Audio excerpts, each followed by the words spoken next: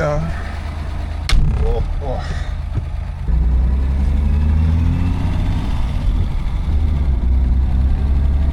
Soliidne tunne on. Jah. Kuidas see juhtimine tundub võrreldes mootorsautoga? Mercedeslik. Okei. Ega ta Mercedes olenevalt aastast on Mercedes. Selline pehme ja rahulik. Aga see kogujate ja masinataastajate lemmikküsimus, et palju maksma läks ja kaua aega võttis? Ei, lemmik. Maksma minekust üldjuhul ei räägita. Seda kõik teavad, et see oli sihuke asi, et seda ei taha keegi teada. Ütleme, enne kõik ei taha ise teada.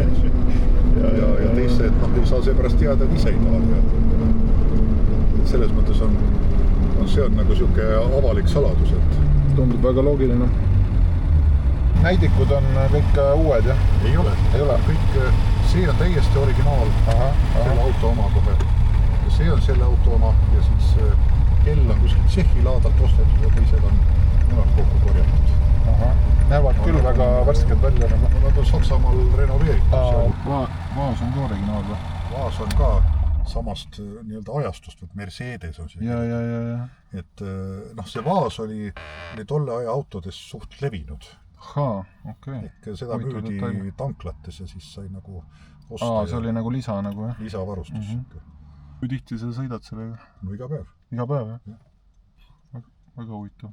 Üleile viisin pudeleid poodi. Taarapunktis oli pidupäev. Jah.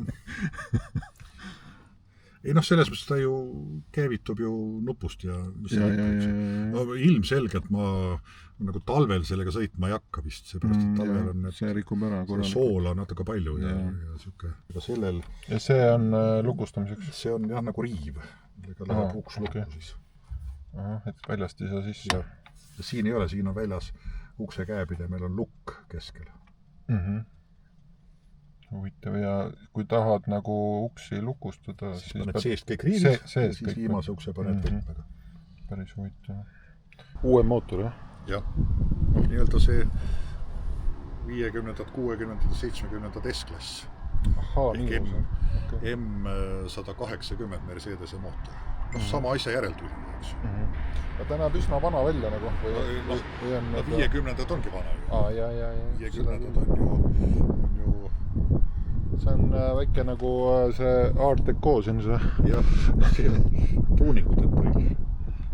Tuuningud ette. See ei ole nagu mootorblokk on nagu originaal. Ja. Originaalis olid siin ju Soleksi karbussid,